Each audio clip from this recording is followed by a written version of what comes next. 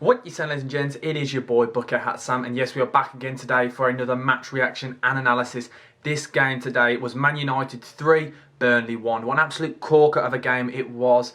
I was not expecting this good a game, this many goals. 4 goals we got to see tonight, an own goal. We saw everything. It was absolutely brilliant, and I want to start off straight away.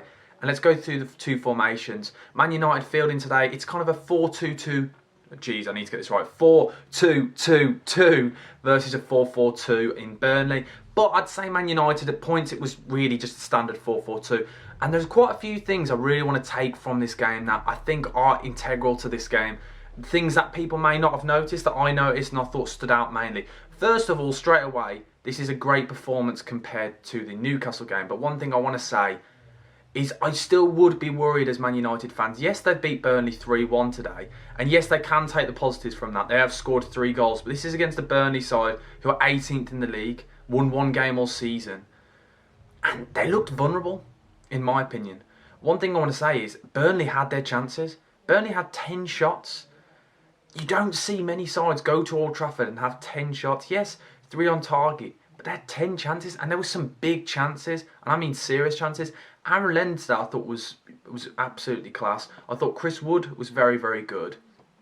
I'm still not convinced. Harry Maguire and Eric Bailly, I thought really struggled today. I thought they looked extremely vulnerable. One thing I did notice as well, David De Gea did not pass out from the back once. That quite clearly, Rangnick has realised he can't play out from the back. Every ball went long. I don't know if you guys noticed that, but I think that was to cut out mistakes from the back. I thought Aaron Wan-Bissaka and Luke Shaw had very solid games. I think that was huge for them too, because quite clearly Dalot and Tellez hadn't done what Rangnick had asked them to do. So this was their moments for them to step up, and I thought both of them stepped up to the mark. I thought, especially Luke Shaw, I thought Luke Shaw was class today, especially going forward, something we haven't seen of him since the Euros, really, if I'm honest. Scott McTominay, you can tell he was class. Obviously, he got that goal, and he nearly scored an absolute worldie again for the second goal when Ronaldo tapped... No, sorry, the third goal when Ronaldo tapped it in.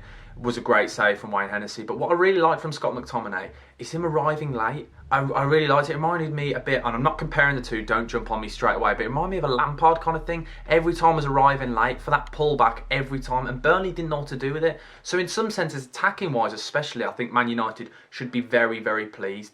I've never seen them look so clinical. Every attack I thought they were going to score. It was really nice. They didn't have that high press. They sat back and they countered with force. It's really odd when you're watching a game between Manchester United and Burnley, and in that first half, Burnley had a lot of the ball. Man United sat back and hit them fast, ping up to Cavani or Ronaldo, both of them hold the ball up well, link up with players.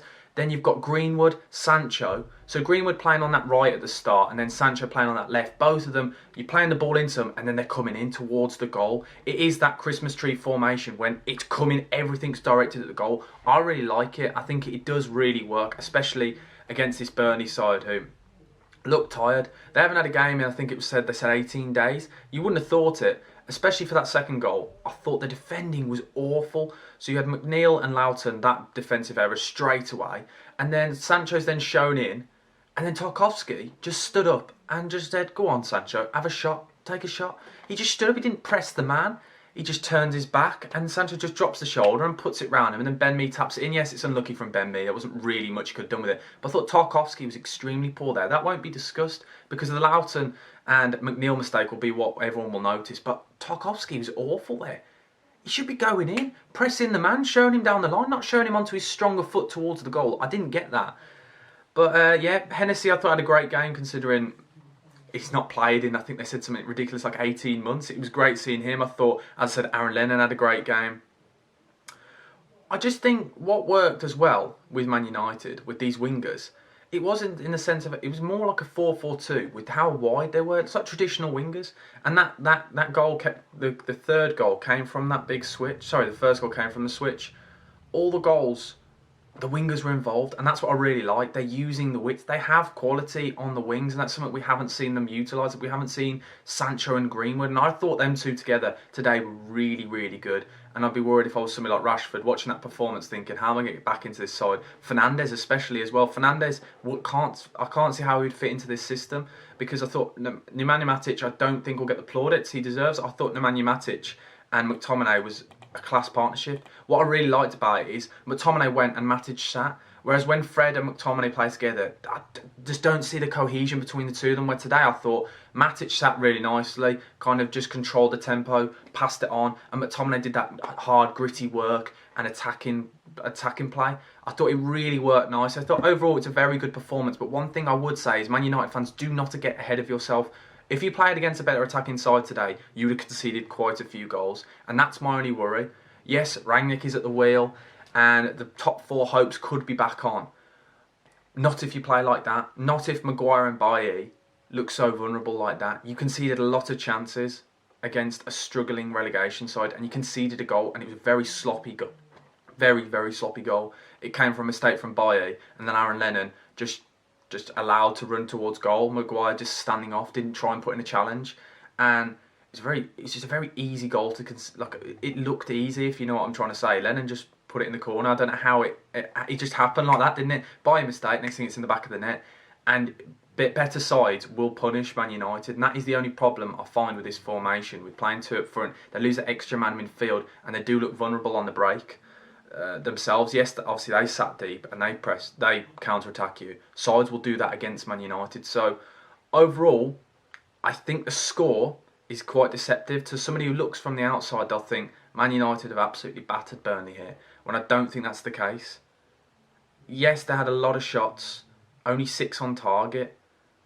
Burnley had 3 on target. Like, you shouldn't be conceding that many chances to a relegation battle side. So all respects to Burnley, I thought they were good. Attacking wise, on the ball, I thought they were brilliant, but defensively, I thought they were really poor today, which is something you don't find with a Sean Dyche side, which is quite surprising actually. And I found that I was watching the game thinking, this isn't right. This doesn't feel right. You'd think they've had 18 days, they should be well drilled, but it didn't work out for them today.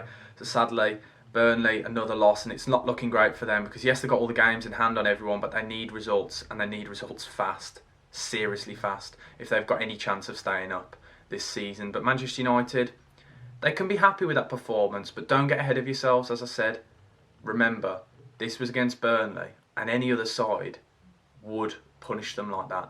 So it'll be interesting to see how they kind of carry on this season. Promising signs for Manchester United. Let me know what you guys think in the comment section below. Am I wrong in saying this was the deceptive, this score? Did Man United play better than I thought? Are they vulnerable? You let me know, guys, in the comment section below. Will they get into that top 4? Hopefully you've enjoyed the video. If you're new to the channel, smash that like button and subscribe. But yes, BucketHatSam over and out. Thank you. Goodbye.